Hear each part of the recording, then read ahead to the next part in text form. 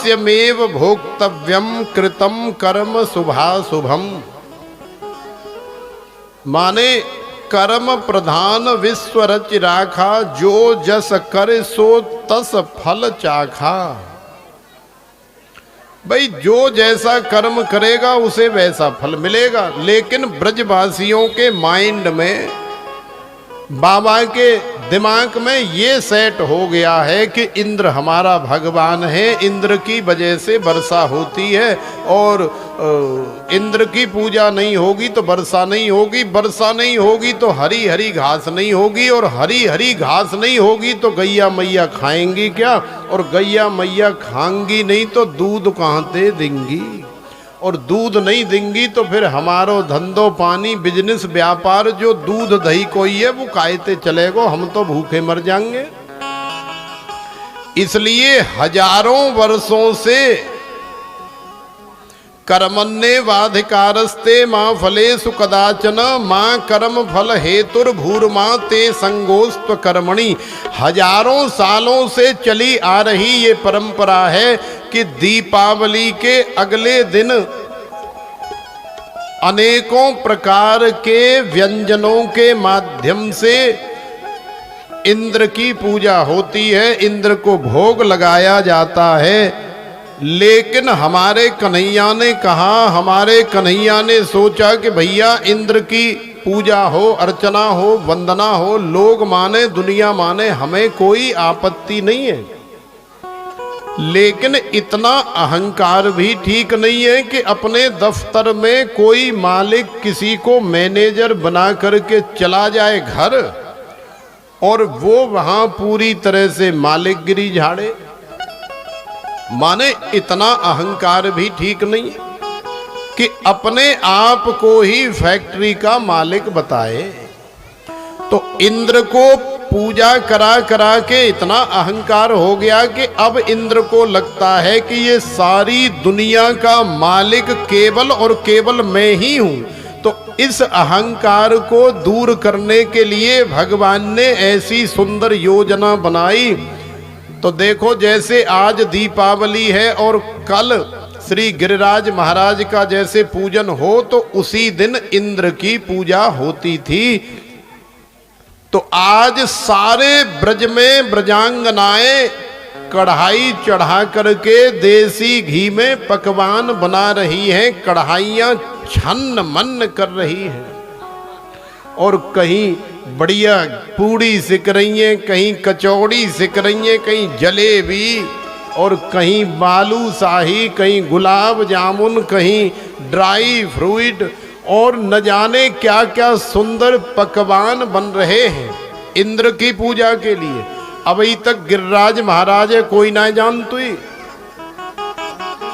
इंद्र के लिए कर रहे हैं। तो संपूर्ण ब्रज में घर घर में कढ़ाई चल रही है, और देसी घी की सुगंधी सारे ब्रज को आह्लादित कर रही है, मन को मोह रही है। कन्हैया सो रहे हैं और मैया रसोई में पनीर के पकौड़ा बना रही है। कन्हैया उठ करके आंख मींड़ते हुए और ऐसे ऐसे करते हुए चले आए। तो देखो, बालक की आदत होती है, बालक जैसे बड़े की आदत होती है, वो उठेगा, उठ करके उसे गर्म पानी चाहिए या ठंडा चाहिए, जैसी आदत होती है। हमें तो गर्म चाहिए, इसलिए मुंह से गर्म निकल जाता है। तो पहले उसे पानी चाहिए, पानी पीने के बाद कई लोग तो बिना चाय के ही अंदर चले जाते हैं और कई चाय पी के जाते हैं। फिर नहा धो करके फ्रेश होके और फिर कुछ खाते पीते हैं। लेकिन बालक की आदत होती है कि उठने की देर नहीं मम्मी मुझे ना बड़ी जोर की भूख लगी, ये बालक की आदत। वो पहले खाएगा और खा करके फिर आगे कुछ करेगा। तो कन्हैया सीधे चले आए और घुस गए रसोई में, जहां नंदरानी यशोदा मैया पनीर के पकोड़ा निकाल ही रही थी, गरम गरम बढ़िया पकोड़ा बने देसी घी के। अब उनकी सुगंधी से और ज्यादा भूख लग गई तो और ज्यादा रोने लगे। मैया जाम पकौड़ी में तो एक मोकू दे दे। तो मैया ने कही ए छोरा दूर दूर, अरे भंगी के और दारी के तू धोताए ते चले आयो जा भेड़ोरे से मोह ले करके, और तुए नुनाए पतो कि जी पकौड़ी सी और जी पकवान और जी सब काय काज बननो है। पहले हमारे जय जय को भोग लगेगो, पहले हमारे भगवान को भोग लगेगो, बाके बाद में तोकू जामीते पूरी कचौड़ी मेवा मिष्ठान मिलेगो। तो कन्हैया ने कही ले अब जिनते कर ले बात। मैया कह रही है कि पहले हमारे भगवान को भोग लगेगा। अब जब मैया को बतावे कि मैया सारी दुनिया के भगवान तो हम हैं और तेरो भगवान कौन है फिर हमते अलग। तो सारी दुनिया इंद्र को भगवान मानने लगी थी। ये अहंकार कन्हैया को दूर करना था। देखो भगवान को 56 भोग क्यों लगाए जाते हैं? क्योंकि माता यशोदा श्री कृष्ण को प्रतिदिन 8 बार भोजन कराती थी। और कहा जाता है कि भगवान श्री कृष्ण ने गोवर्धन पर्वत को 7 दिनों तक उठाए रखा था और इन 7 दिनों तक भगवान भूखे रहे। इसलिए जब 7 दिन बाद भी श्री कृष्ण ने पर्वत नीचे नहीं रखा तो माता ने 7 दिनों का भोजन माने 7 8 56 तो 7 दिनों का भोजन मैया ने एक साथ ही लाला को परोस दिया, खिलाया था। इसीलिए भगवान को 56 भोग लगाया जाता है। तो यहां भी 56 भोग लग रहा है। भगवान रूठ करके नंद बाबा के पास गए, बाबा को सारी बात बताई और बाबा को अपने जाल में फंसाया। लाला ने बाबा को मनाया, बाबा मैया ऐसे ऐसे कह रही है, हमको पकौड़ी कचौड़ी कछू नाए मिल लो खाएबे के ताई। तो बाबा जी ने कहा कि देख लाला, हम अपने भगवान की पूजा करके भोग लगा के वाके बाद में ही खाते तभी तो को मिलेगो। लेकिन लाला ने कही कि नहीं बाबा, वो कोई भगवान ना है, वो तो देवता है। भगवान तो हमारे श्री गिरिराज महाराज हैं, जो कली काल में प्रत्यक्ष रूप से भक्तों के जीवन का मंगल कर रहे हैं। नंद बाबा ने कही गिरिराज महाराज, अरे गिरिराज महाराज भगवान कहां से हो गया? वो तो पहाड़ पत्थर है लाला, वो कोई भगवान थोड़े ही है।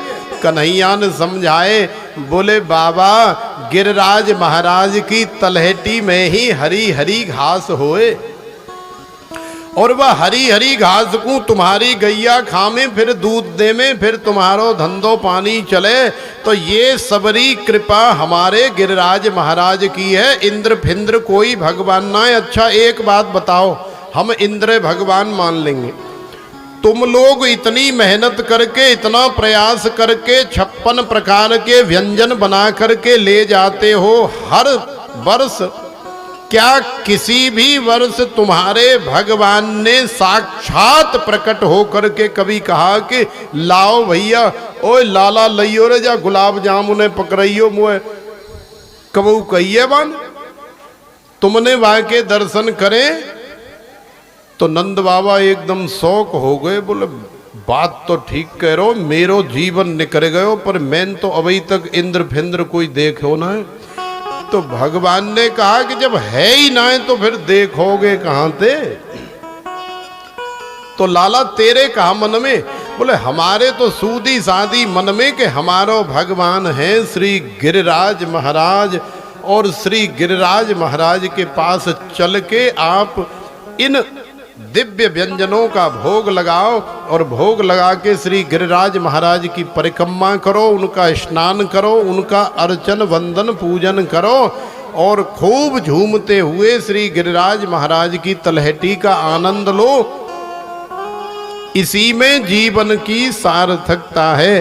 तो देखो आज सारे ब्रजवासियों को, नंद बाबा को, मैया को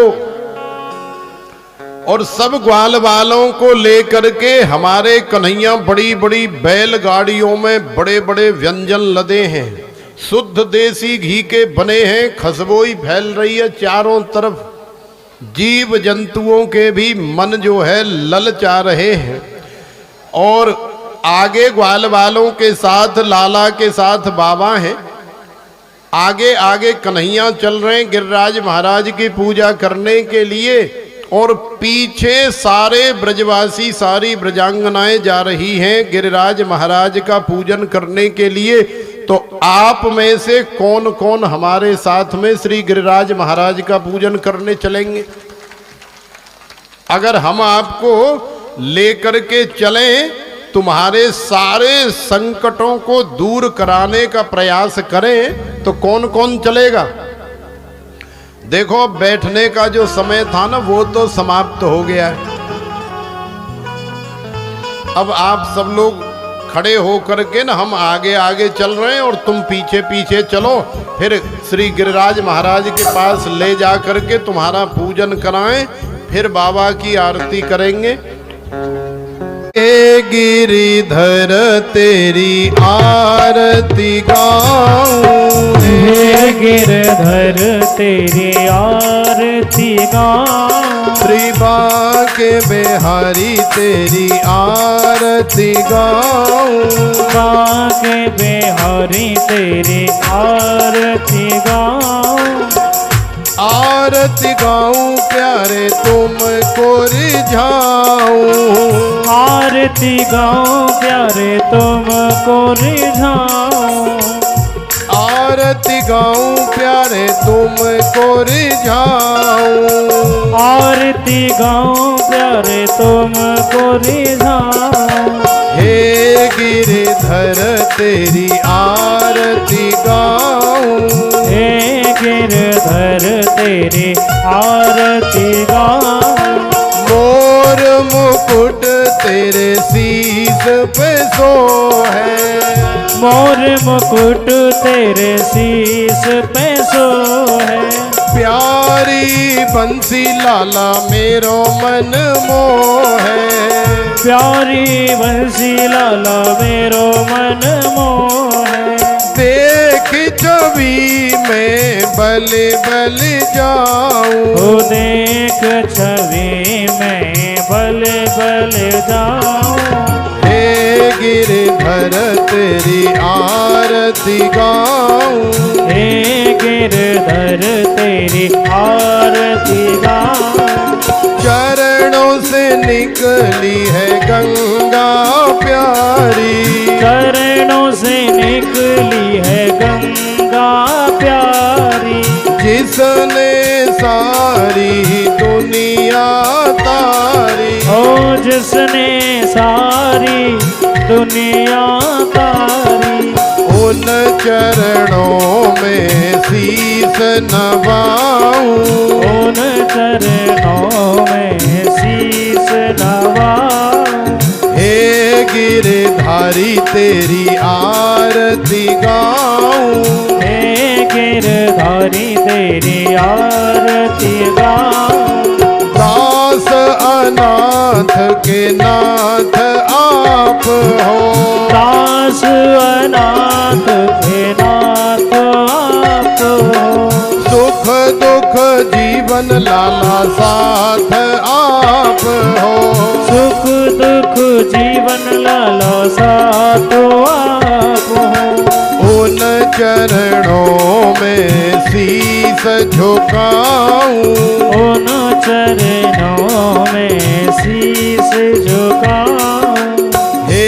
गिरिधर तेरी आरती गाऊं, हे गिरधर तेरी आरती गाऊं, श्री हरिदास के प्यारे तुम हो, श्री हरिदास के प्यारे तुम हो, मेरे मोहन जीवन धन हो, मेरे मोहन जीवन धन हो, प्यारे तुम्हारी छवि तेरी मन में बसाऊं। हे गिरधर तेरी आरती गाऊं। श्री बांके बिहारी तेरी आरती गाऊं। श्री बांके बिहारी तेरी आरती गाऊं।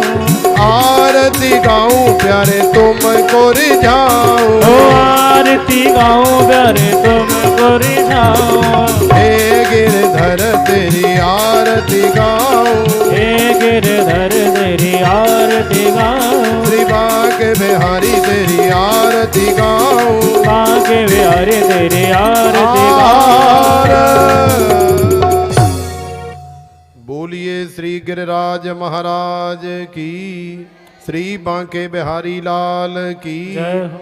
श्रीमद् भागवत भगवान की, जय हो। श्री सुखदेव जी महाराज की, जय हो। श्री व्यास जी महाराज की, जय हो। कथा कराने वाले श्री यजमान जी महाराज की, जय हो। श्रवण करने वाले सहयोग करने वाले सभी श्रोता भक्त जनों की जय हो।